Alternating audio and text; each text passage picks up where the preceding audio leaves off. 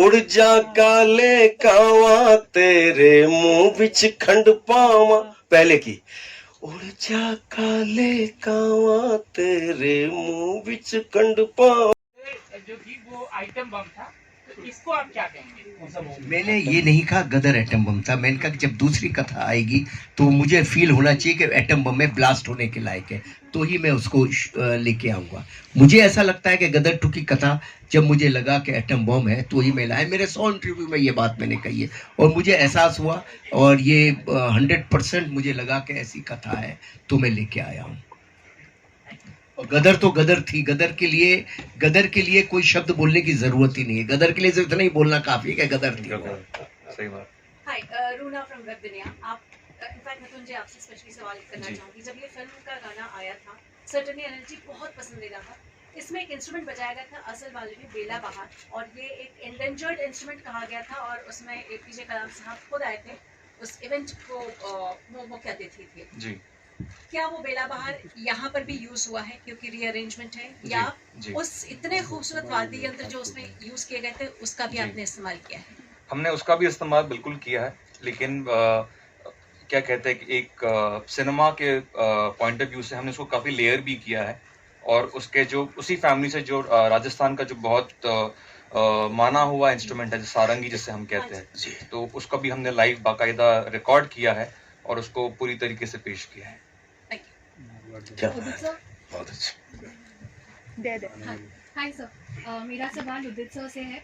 आपने सनी देओल के लिए गाया है, पूरा एल्बम आपने किया है गदर 1 में, तो उनकी आवाज़ मतलब 2.5 किलो का हाथ, उनका आवाज़ थोड़ा हैवी है, वैराज आपका आवाज़ थोड़ा सॉफ्ट है, जो रोमांटिक गाने आप पे ज़्यादा सूट करते हैं।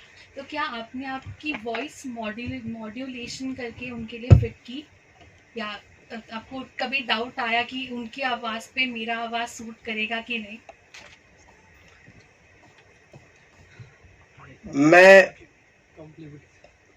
सनी जी के लिए गाया और इन्होंने कह दिया था कि देखो मैच होना चाहिए सनी जी के लिए, लेकिन ऐसा मैच हुआ कि आप सब लोग जानते ही हैं और पूरे दुनिया में तबाही मच गई।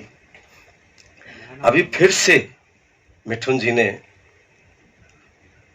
उसी गाने को अलग ट्रीटमेंट दिया। इन्होंने म्यूजिक का ट्रीटमेंट, कोरस का ट्रीटमेंट, सिंगिंग का ट्रीटमेंट। तो सबसे अच्छी बात यह लगी कि लोगों के दिलों में छू गया वो चीज। सबसे बड़ी बात यह है।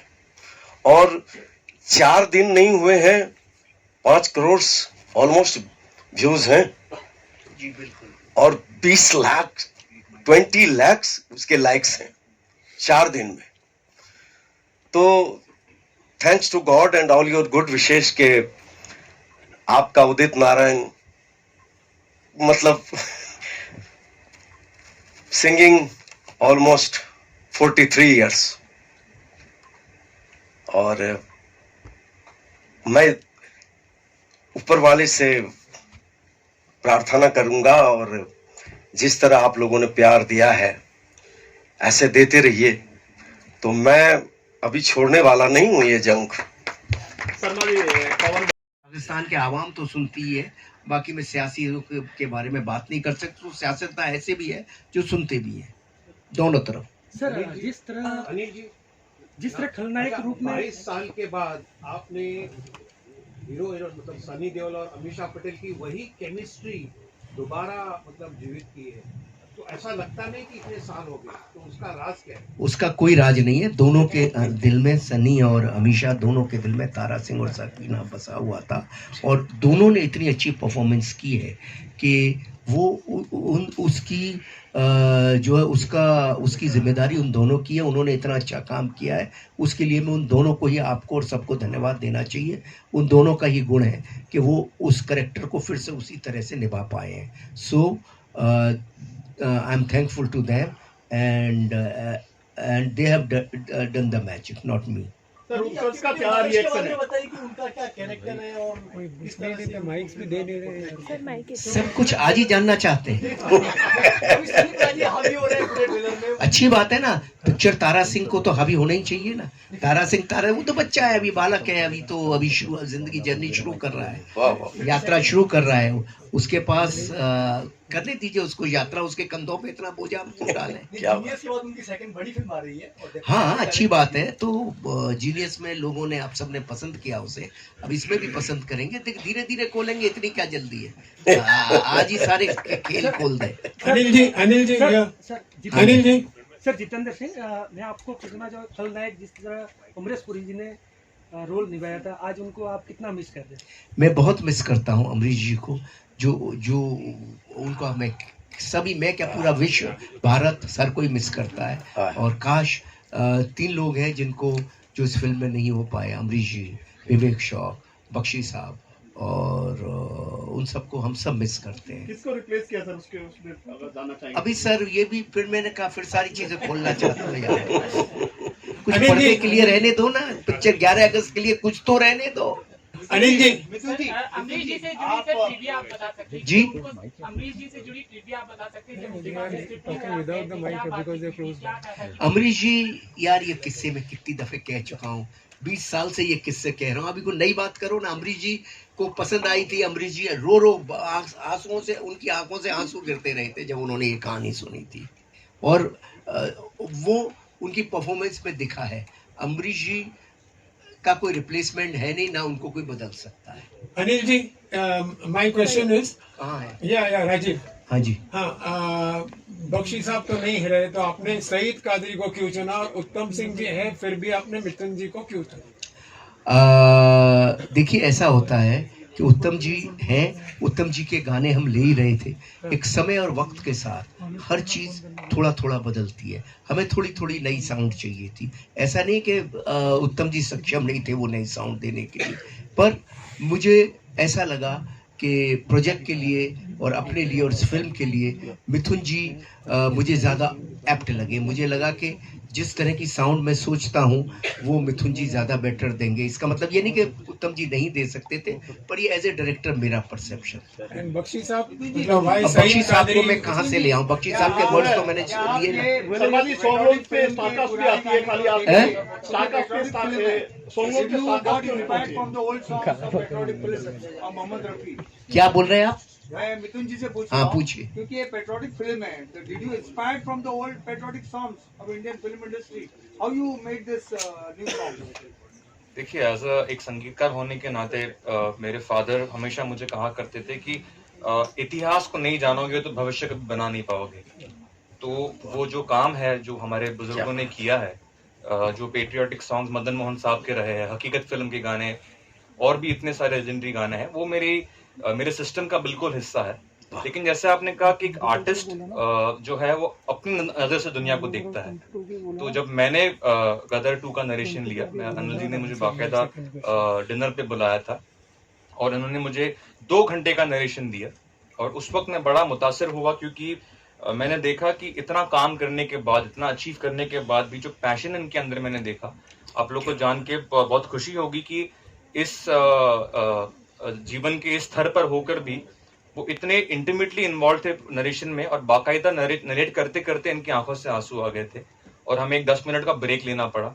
मैं इन चीज़ों से बहुत मुतासर हुआ, इस पूरी घटना से मुतासर हुआ, और फिर जो वो कहानी है जिसमें देशभक्ति कहीं ना कहीं उसके हृदय में बहुत गहरी तरीके से उतरी हुई है, उसको मैंने अपने तरीके से और अपने पॉइंट ऑफ व्यू से गानों में एक्सप्रेस किया है। So I think that answers the question. I hope. Hi. Udit ji, to your left corner, please. Oh, sorry to interrupt. Only last 2 questions we are taking after this. Please, can I? Sir, yeah, you can. Udit ji, Mayur here from Beyond Bollywood. सबसे पहले तो आप सभी को बधाई, बहुत प्यारा गाना है। मतलब ऐसा लग रहा है कि मैं फिर से 21 साल का हो गया हूँ, लेकिन फिर भी ये नया गाना एक वैसा एहसास देता है। उदित जी, जो मेरा एक ऑब्जर्वेशन था as a very humble I would say listener, कि नॉर्मली हम आपकी आवाज़ जब सुनते हैं तो एक विजुअलाइजेशन भी रहती है जिसके अंदर आपका जो हंसमुख नेचर है, आपकी बॉडी लैंग्वेज है, वो कहीं ना कहीं वो आपके जो गाने हैं जो लेजेंडरी सॉन्ग्स है उनमें वो ना हमें वो झलक दिखती है। यहाँ आपने ऑब्वियसली शुरू में जिक्र किया झरने का, तो शायद मेरी नज़र में, शायद मैं गलत हो सकता हूँ, वो एक स्टिल रिवर की तरह था। सो सर, इस चीज़ के बारे में कुछ आप कहेंगे कि मतलब आपने ब्रीदिंग शब्द का इस्तेमाल किया कि यहाँ पे बहुत डीप करना है, तो उसके बारे में थोड़ा और इलेबोरेट कर सकते हैं? क्योंकि वो जो आपके एक एटीट्यूड है, एक हैप्पी एटीट्यूड, स्माइलिंग सिंगर, वो शायद यहाँ पे आपको उसको थोड़ा कंट्रोल करना था। देखिए,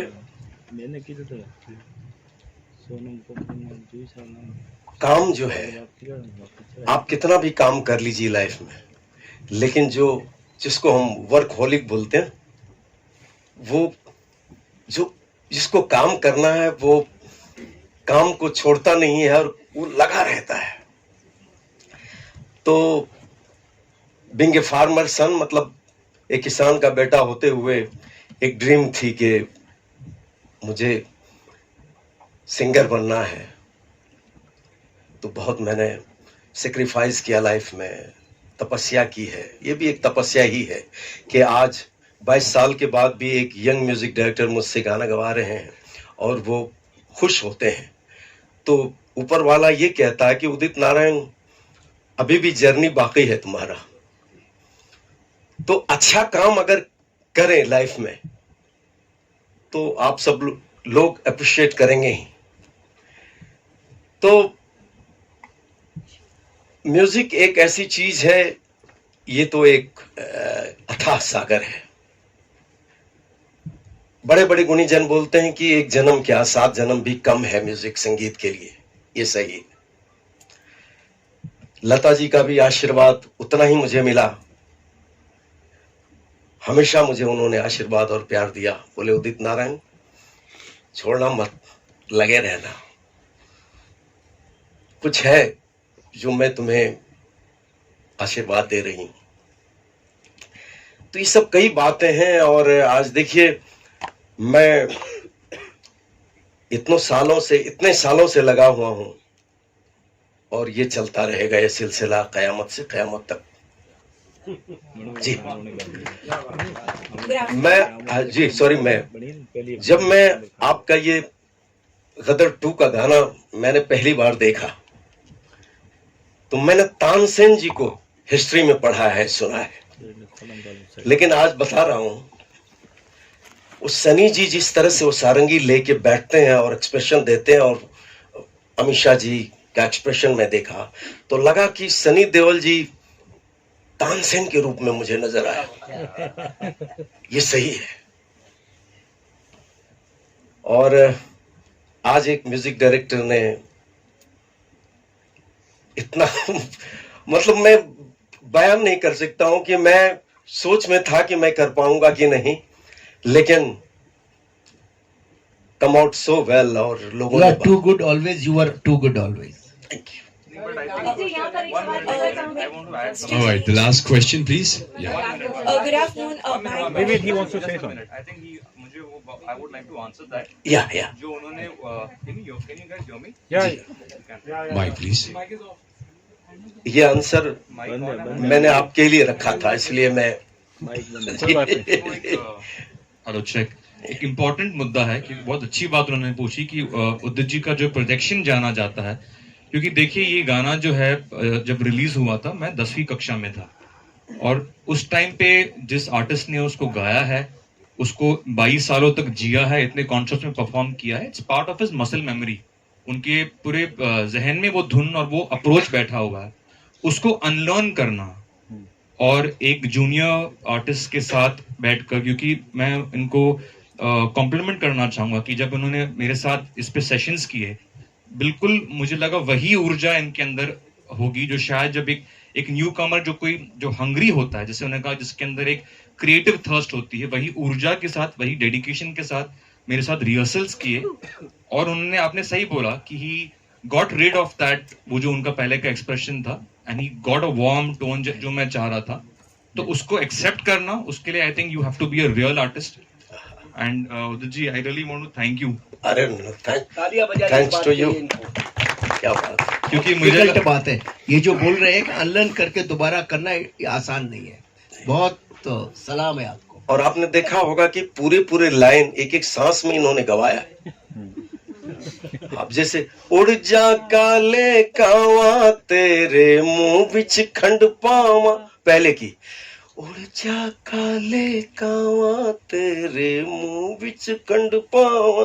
अब देखो मेरा अभी भी सांस नहीं पहुंचता, लेकिन इन्होंने गवाया, बोले आपके लिए चैलेंज है और गा दो तो मजा आ जाएगा। हमने कोशिश किया है और लोग इतने पसंद किए तो आप लोगों के सामने है। और मैं क्या बताऊं, जितनी भी तारीफ किया जाए, थैंक्स टू मीडिया कि आप सब लोगों ने इतने सालों से इतना प्यार हम सबको दिया है और जब तक रहेंगे देते रहिएगा। थैंक्स टू जीत जिन्होंने ये फिल्म बनाए, और ऑफ कोर्स अनिल जी तो कैप्टन ऑफ द शिप है, तो क्या अपने एक एक सीन क्या लिया होगा आपने, एक ही झलक में मुझे पता चल गया, लोगों को पता चल गया कि क्या खूबसूरत लग रहा है मामला।